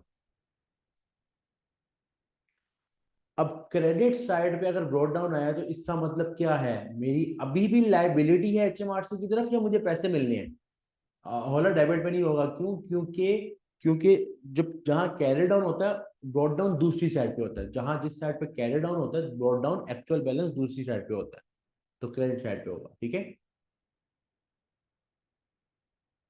अच्छा, अभी मैं सिंपल ये पूछ रहा हूँ कि अगर हमारा यहाँ पे क्रेडिट साइड पे बैलेंस आया है, क्रेडिट बैलेंस आया है, अगर हमारा क्रेडिट बैलेंस आया है तो क्या मतलब इसका ये अभी लाइबिलिटी है या रिसीवेबल है? क्रेडिट नेचर लाइबिलिटी की होती है, रिसीवेबल की होती है? लाइबिलिटी है। इसका मतलब अगर क्रेडिट बैलेंस आ रहा है ना तो इसका मतलब अभी भी हमारा liability towards H M R C है, liability towards H M R C है, यानी अभी भी हमारा आउटपुट वैट है, अभी भी हमारा जो वैट है वो आउटपुट वैट है, अभी हमें उसको पे करना है, अभी हमें एज आउटपुट वैट पे करना है, लाइबिलिटी ज्यादा है। तो हमारा जो कैरी डाउन यहाँ पे आएगा तो वो तब आएगा जब आउटपुट वैट हमारा बच रहा होगा एंड पे। तो कैरी डाउन आउटपुट वैट आपका डेबिट साइड पे आता है, लेकिन ब्रॉड डाउन वो फिर क्रेडिट पे हो जाता है। लेकिन अगर इसको मैं एरो को इरेज कर रहा हूँ, अगर मेरा कैरी डाउन आ रहा है ना इस साइड पे, तो इसका मतलब मेरा अभी इनपुट वैट है, मेरा अभी भी इनपुट वैट है, यानी एचएमआरसी से अभी भी मैंने पैसे लेने हैं, ज्यूम करो 500 का। ठीक है, दोनों में से एक साइड का बनेगा, दोनों में से एक साइड का बनेगा। वो ब्रोड डाउन यहाँ पे, इसका मतलब कैरी डाउन वहां, इसका मतलब ब्रोड डाउन होगा इस राइट साइड पे, लेफ्ट साइड पे, डेबिट साइड पे। तो ब्रोड डाउन इनपुट वैट के अभी भी रिसीवेबल फ्रॉम एचएमआरसी है, जो भी अमाउंट है। तो कैरियर डाउन और ब्रॉड डाउन में input VAT, sorry, carried down में कहाँ शो होगा? कैरियर डाउन में इनपुट वैट कहाँ शो होगा और आउटपुट वैट कहाँ शो होगा? ये पॉइंट क्लियर हो गया? ये पॉइंट क्लियर हो गया, ये कौन सी चीज कहाँ शो होगी?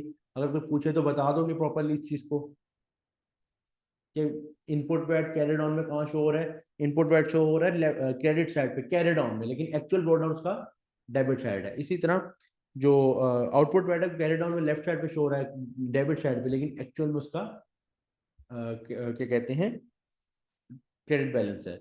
दोबारा एक्सप्लेन, कैरी डाउन का कॉन्सेप्ट मैं दोबारा एक्सप्लेन कर देता हूँ। देखो अली, अगर अगर फॉर एग्जांपल आपका ये कैरी डाउन डेबिट साइड पे शो हो रहा है तो इसका मतलब सीधी बात है उसका जो ब्रॉड डाउन एक्चुअल बैलेंस है वो क्रेडिट साइड पे है, क्योंकि एक्चुअल बैलेंस हमारा यहाँ पे क्रेडिट बैलेंस जो ब्रॉड डाउन है वहां से पता चलता है। अगर हमारा ब्रॉड डाउन क्रेडिट है तो इसका मतलब है कि हमारी लाइबिलिटी है कि अभी भी हमारा आउटपुट वैट है, क्योंकि क्रेडिट नेचर होती है आउटपुट वैट की, लाइबिलिटी की वजह से। तो अगर यहाँ पे ये आउटपुट वैट है ब्रॉड डाउन, तो ऑब्वियसली इसका कैरी डाउन भी तो आउटपुट वैट ही होगा ना, इसका कैरी डाउन भी तो आउटपुट वैट होगा। इसका कैरी डाउन आउटपुट वैट था, तभी तो इसका ब्रॉड डाउन क्रेडिट साइड पे बना ये आउटपुट वैट, ठीक है। तो कैरेट डाउन जो है, कैरेट डाउन की जो वैल्यू है, अगर आपकी आ रही है राइट साइड, ये डेबिट साइड पे, इसका मतलब अभी भी आपका आउटपुट वैट है। और अगर आपकी कैरी डाउन की वैल्यू आ रही है क्रेडिट साइड पे, तो इसका मतलब एक्चुअल में ब्रॉड डाउन उसका राइट वो डेबिट साइड पे है। और डेबिट साइड का मतलब है कि आपका अभी इनपुट वैट है, तो इसलिए कैरी डाउन इनपुट वैट कहाँ आएगा, क्रेडिट साइड पे आएगा। क्लियर हुआ पॉइंट अली? और ये हमेशा आपका ये फिक्स है, मतलब ये फिक्स वैल्यूज हैं जिसने यहीं पे शो होना है, जिसने यहीं पे शो होना है। एक क्वेश्चन मैं लिख रहा हूँ और वो क्वेश्चन मैं खुद सॉल्व करूंगा, पहला क्वेश्चन मैं खुद सॉल्व करूंगा, फिर मैं आपको दूंगा।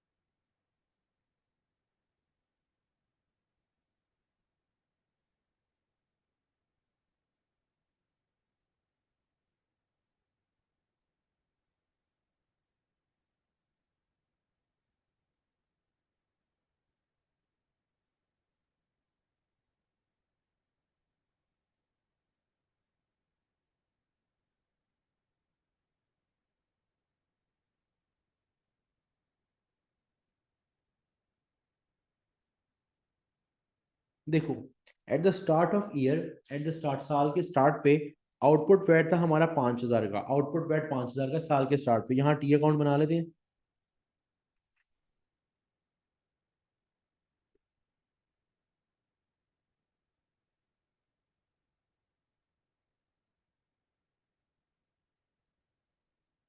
साल के स्टार्ट पे हमारा आउटपुट वैट था, इसका मतलब क्या है कि हमारा जो क्रेडिट बैलेंस था, क्योंकि साल के स्टार्ट पे आउटपुट वैट का मतलब क्रेडिट बैलेंस है, तो क्रेडिट साइड पे हम लिखेंगे आउटपुट वैट 5,000। अब during the year the sales tax on sales and on purchase, sales tax जो सेल्स पे लगा और सेल्स टैक्स जो परचेज पे हमने पे किया, इनकी बात कही हुई है। जो हमने सेल्स पे टैक्स चार्ज किया है वो ऑन सेल्स आउटपुट वैट है। ड्यूरिंग द ईयर देखो, ड्यूरिंग द ईयर जो सेल्स हुई है वो आएगा क्रेडिट साइड पे, क्योंकि उसकी नेचर क्या है, लाइबिलिटी की नेचर है, तो हम यहाँ लिख देंगे tax on sales, tax on sales 2,000। और दूसरी साइड पे फिर अगर परचेज पे टैक्स है तो वो डेबिट साइड पे आता है, ये देखो ये पॉइंट लिखा हुआ है, तो वो टैक्स ऑन परचेज कितना है, 1,500, हम यहाँ लिखेंगे tax on purchase debit side पे, tax on purchase 1,500, tax on purchase 1,500। उसके बाद फिर H M R C paid 500 during the year. अगर एच एम आर सी ने हमें 500 दिया ना ड्यूरिंग द ईयर, इसका मतलब जो उसने हमें पैसे देने थे, उसने हमें कितने देने थे, 1,500 देने थे, उसके अंदर से दिए, इसलिए इसके ऑपोजिट साइड पे आएगा, क्योंकि उस एच एम आर सी ने हमें पैसे दिए हैं, जितना हमारा रिसीवेबल था उसमें उसने हमें पैसे दिए हैं। तो टैक्स ऑन परचेज कितना आ रहा है, 1,500, तो हम यहाँ लिखेंगे कि receive from H M R C, क्योंकि रिसीवेबल कम हो रहा है, receive from H M R C, receivable कम होने का मतलब क्रेडिट साइड पे आएगा। कितना पे किया इसने हमें, 500। और वो कह रहा है कि कैलकुलेट करना है फाइनल बैलेंस, यहाँ से हमने फाइनल बैलेंस कैलकुलेट करना है। फाइनल बैलेंस देखें तो ये साइड आ रही है 5,000, 2,000, 7,000 और 7,500।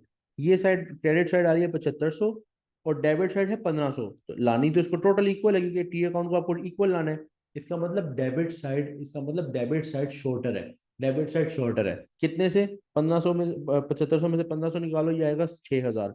तो कैरी डाउन हमारा बनेगा 6,000। और कैरी डाउन अगर डेबिट साइड पे बन रहा है तो ये आउटपुट वैट है, ये आउटपुट वैट है, यहाँ मैं लिखूंगा आउटपुट वैट। क्यों? क्योंकि देखो जब कैरी डाउन डेबिट साइड का बनेगा तभी तो उसका ब्रॉड डाउन दूसरी साइड पे बनेगा, और ब्रॉड डाउन अगर क्रेडिट साइड पे बन रहा है तो सिंपल सी बात है, साफ पता चल रहा है कि अभी भी लाइबिलिटी टुवर्ड्स एचएमआरसी है, यानी आउटपुट वैट है एचएमआरसी की तरफ, लाइबिलिटी टुवर्ड्स एचएमआरसी है कितने की, 6,000 की। अगर यही कैरी डाउन मेरा क्रेडिट साइड पे आ रहा होता तो मैं ये कहता इनपुट वैट है, इनपुट वैट है। बताओ ये क्वेश्चन क्लियर हुआ, ये क्वेश्चन क्लियर हुआ आप लोगों को, लॉजिक क्लियर हुई टी अकाउंट की? अगर क्लियर है तो एक मरतबा यस लिखो।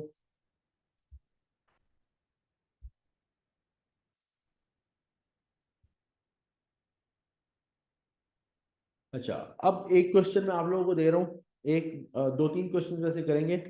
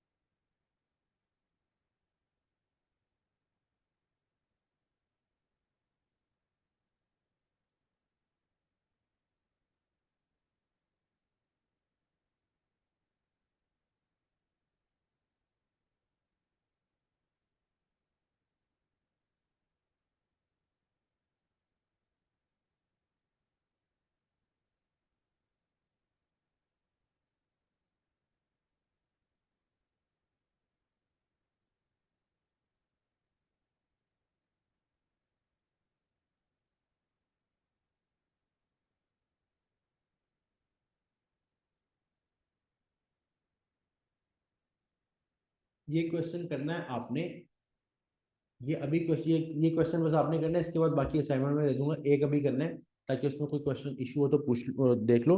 देखो, at the start of year output बैठा 5,000, लेकिन ये वाला क्वेश्चन थोड़ा चेंज है जैसे मैंने करवाया है। इसमें आपको टैक्स खुद निकालना है। यहाँ तो मैंने अपने यहाँ पे तो टैक्स खुद दिया था ना, ये देखो 2,000 और क्या सिंपल 1,500 का टैक्स मैंने निकाला था। ये इस सवाल में ये है ड्यूरिंग द ईयर तुम्हारी सेल्स है, सेल्स टैक्स नहीं है, सेल्स है 10,000 की, इंक्लूसिव। इसमें ग्रोस और नेट अमाउंट वाला भी साथ थोड़ा बहुत कॉन्सेप्ट क्लियर हो जाएगा आप लोगों को।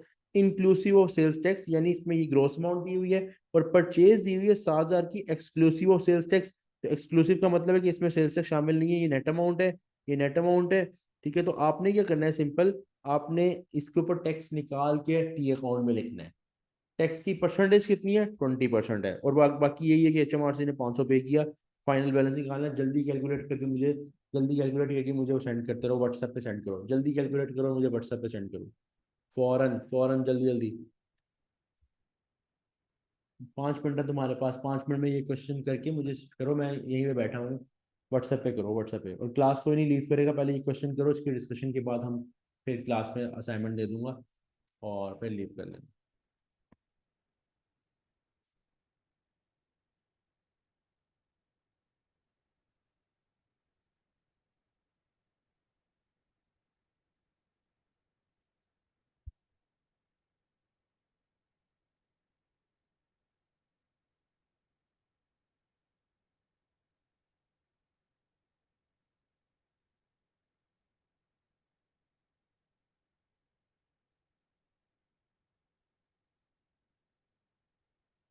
मेरी आवाज़ आ रही है आप लोगों को, जरा एक मिनट को बताना, मैं रिपीट कर दूँ।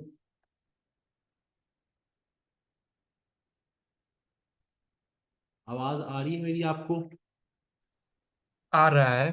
अच्छा अच्छा, देखो, अच्छा देखो, आपने क्या करना है, आपने इसमें सिंपल मैं दोबारा बता देता हूँ कि इसमें आपने टैक्स को कैलकुलेट करना है। इसमें आपने टैक्स को कैलकुलेट, सेल्स और परचेज दी हुई है, उनमें टैक्स कैलकुलेट करना है और फिर अकाउंट के अंदर ऐड करना है। बाकी सब कुछ टैक्स टैक्स बाकी तो चीजें दी हुई हैं, लेकिन टैक्स जो सेल्स पे, सेल्स के आउटपुट वैट और इनपुट वैट निकालना है, वो 20% रेट दिया हुआ है, उसके मुताबिक निकालना है। जल्दी से कैलकुलेट करो। कौन साहब, आप इतनी लेट आए हो यार, क्लास में, क्लास एंड होने वाली है।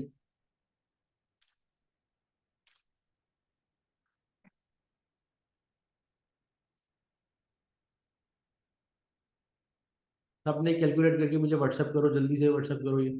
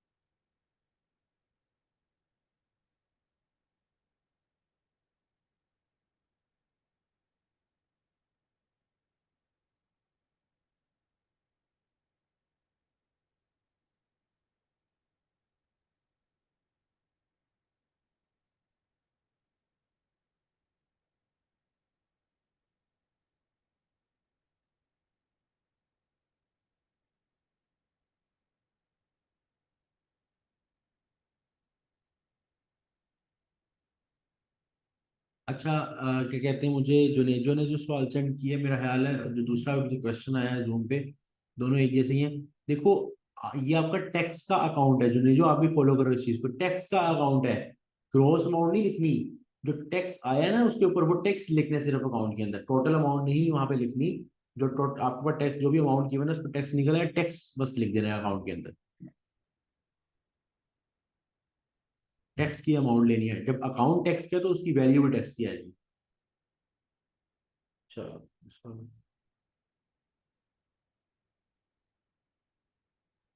अच्छा, same same for the case, ये क्या कहते हैं इसके लिए भी, क्या नाम है, अली। अली, आपने भी कुछ इसी तरह किया हुआ है। जब टैक्स का अकाउंट है तो टैक्स की वैल्यू यूज करेंगे।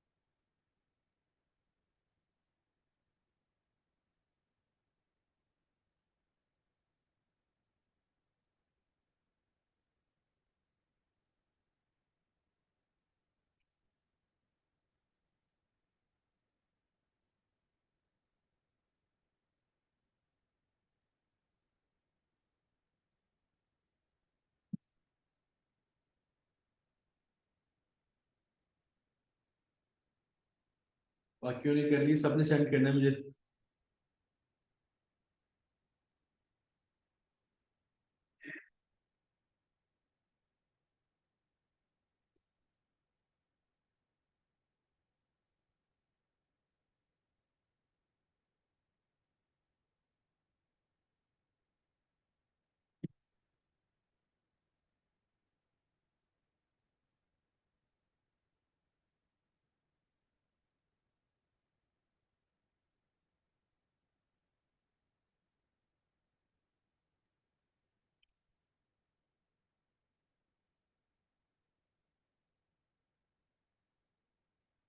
सबके सोल्यूशन का वेट कर रहा हूँ मैं व्हाट्सएप पे भाई, सबने सेंड करना है फिर मैं करवाऊंगा।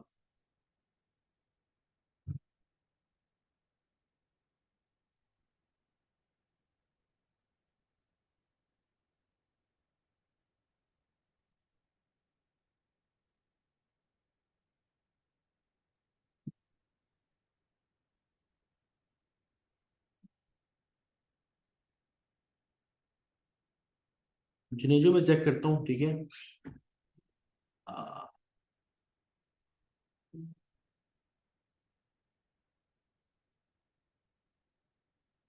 अच्छा, मैं करवा रहा हूँ, देखो मैं करवा रहा हूँ, सब अब इधर देख लो, सब देख लो, मैं करवा रहा हूँ।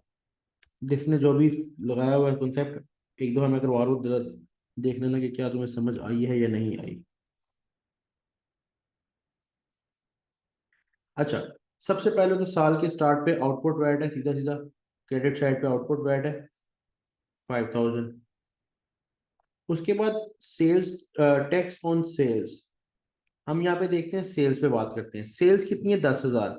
सेल्स है 10,000, लेकिन ये है इंक्लूसिव। इंक्लूसिव का मतलब है कि ये है gross amount. Gross amount sales, ये जो सेल्स आपको दी हुई है ये इंक्लूसिव ऑफ सेल्स टैक्स है, यानी क्या है, ग्रोस अमाउंट। अगर आपके पास ग्रोस अमाउंट होती है तो आप ग्रोस अमाउंट से टैक्स इस तरह निकालते हो, tax is equal to gross amount multiply rate के 20 अगर है तो डिवाइड कर दोगे 120 से। डायरेक्ट परसेंटेज नहीं लगाओगे। मेरा ख्याल है किसी एक स्टूडेंट का मुझे सोल्यूशन मिला जिसमें उसने डायरेक्ट, अली ने शायद डायरेक्ट परसेंटेज लगाई हुई है, डायरेक्ट परसेंटेज नहीं लगानी। ठीक है, ग्रोस अमाउंट आपके पास कितनी है? 10,000 मल्टीप्लाई 20 डिवाइडेड बाई 120। बताओ क्या टैक्स आ रहा है सेल्स पे, क्या टैक्स आ रहा है? टैक्स ऑन सेल्स कितना आ रहा है? कैलकुलेट करके बताओ, टैक्स ऑन सेल्स कितना आ रहा है, कैलकुलेट करो। 1,666.67। तो ये टैक्स ऑन सेल्स आ रहा है 1,666.67। 667, 1666.67, आउटपुट वैट स्टार्ट पे था 5000। ठीक है, उसके बाद उसके बाद 1666 आ रहा है, वाला 1666, 166 नहीं आ रहा। अच्छा, उसके बाद परचेज। परचेज पे जो आपके पास 7000 है वो एक्सक्लूसिव है। एक्सक्लूसिव के बारे में मैंने बताया था कि नेट अमाउंट है, नेट अमाउंट पे सीधा सीधा टैक्स लगता है। यानी इस पे इस तरह टैक्स लगेगा कि आप टैक्स लगाओगे, tax is equal to net amount है, तो नेट अमाउंट पे सीधा 20% लगा दोगे। 20% लिख दो या 20/100 लिख दो, बात एक ही है। तो 7000 का सीधा सीधा ले लो 20%, ये आ जाएगा 1400। ये 1400 है आपके पास इनपुट वैट। यहाँ आप लिख दोगे टैक्स ऑन परचेजेस 1400, 14 सॉरी 20, हाँ ठीक है, 1400, 1400 आ जाएगा यहाँ तक। ठीक है, अब आपने क्या करना है, इसके बाद आपने क्या करना है कि आगे बढ़ते हैं, हम देखते हैं। HMRC paid 500 during the year. ये तो हमें पहले से ही पता था, ये तो हमें पहले से ही पता था कि अगर फॉर एग्जाम्पल ये 1400 HMRC ने देना था, उसमें से HMRC ने हमें कितना पे कर दिया during the year. HMRC paid हमें रिसीव फ्रॉम HMRC, क्योंकि रिसीवेबल कम हो रहे हैं। इससे तो क्रेडिट साइड पे आएगा, कितना रिसीव हुआ HMRC से, 500 रिसीव हुआ, 500 की ये वैल्यू आ गई। ठीक है, अब हमने फाइनल बैलेंस बताना है। फाइनल बैलेंस देख लेते हैं, क्रेडिट साइड को टोटल करो। ये आ रहा है 1 5 5,500, 5,500, 7,000, 7,166, 7,166.67। और इस साइड पे भी इतना आना चाहिए, 7,166.67। अगर ये नहीं आ रहा, बाकी इसमें से 1400 निकाल दो, तो ये आपके पास आ जाएगा